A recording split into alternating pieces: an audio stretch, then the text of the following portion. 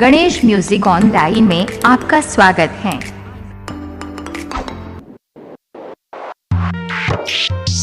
अपना YouTube channel real music studio like, subscribe और bell घंटी को दबाना ना भूलें। डीजे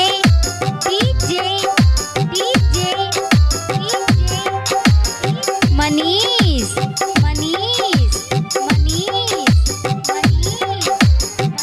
प्यारी मत करी हो हमके बिसरई हो। हाँ प्यारी मत करी हो हमके बिसरई हो। अब जा जा जा जान भुला जाई हो। अब जा जा जा जा जाए जान भुला जाई हो। मनीष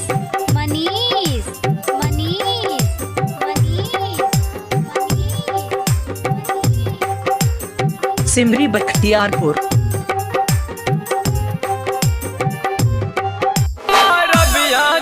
अब हो कवनो नहीं के परिवार आ जाई तू सोझा तू।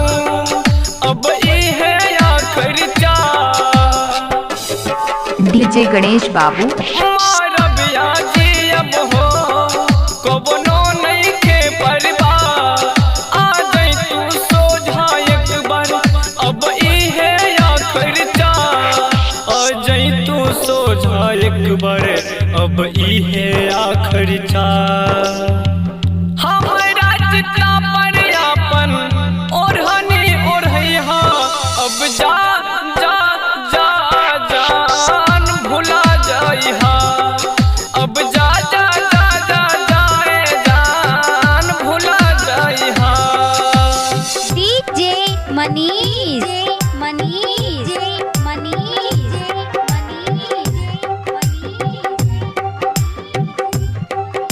डीजे गणेश बाबू। गैलू छोड़ के ससुरा कुछ हो न समझ लो तू।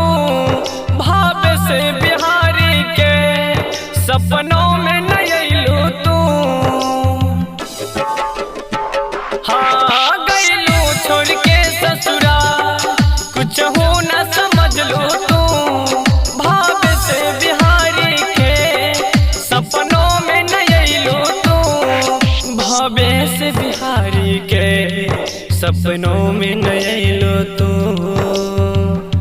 अरमान दिल के आंसू धरई हो।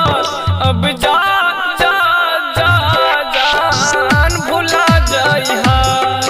अब जा जा जा जा जाए जान भुला जाई हो। Music by DJ Manish.